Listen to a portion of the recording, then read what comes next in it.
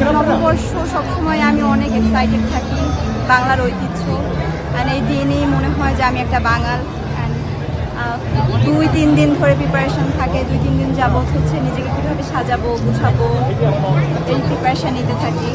And আজকে খুব সকাল সকাল চলে আসছি, ঘুরলাম, চারুকলায় গেলাম, তারপরে গল্প করলাম, খেলাম, অ্যান্ড খুবই ভালো দিন যাচ্ছে।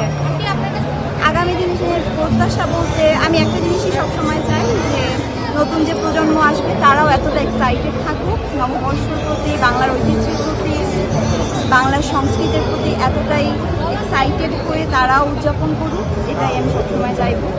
আচ্ছা, আজকের প্ল্যানিং বলতে সকালে আসলাম, এখন পান্তা ইলিশ খাবো, তারপরে ফুচকা খাবো, মেলা দেখতে যাব, এরপর বিকেলে আমি আমার ফ্যামিলির সাথে বের হব, আগারগা যাব, মেলায় যাব। অ্যান্ড সারাদিন আজকে আমি এভাবে বাঙালিয়ানার মধ্য দিয়ে। পহেলা বৈশাখ, দেখেন পহেলা বৈশাখ বলতে আমি যতটুকু বুঝি যে এটা একটা সংস্কৃতি এবং এই দিনে হালখাতা নেওয়া, এই দিনে আগের কালে ধান কেটে ঘরে তোলা, নতুন পিঠা বানানো, মেলা হওয়া, মেলায় ওই ধানের চাল দিয়ে নতুন গড়া পিঠা করা, সবাই আসা, উদযাপন করা, মিষ্টি মুখ করা।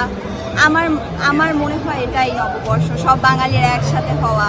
এবার আমার মনে হচ্ছে যে সর্ব অঙ্গনের মানুষ অনেক সেজে গুজে একসাথে হয়েছে, সবাই অনেক বৈশাখ নিয়ে অনেক আমেজপূর্ণ একটা মনোভাব ধারণ করছে, আমার এটাই মনে হচ্ছে। অবশ্যই আমার গতবারে আমার ভাই ছিল, সে এখন দেশে নাই, ও দেশের বাইরে থেকেও রীতিমতো কালকে থেকে বলে যাচ্ছে যে আসলে বাংলার নববর্ষ বাংলার বুকে পা না রেখে বোঝা যায় না যেটা কত সুন্দর।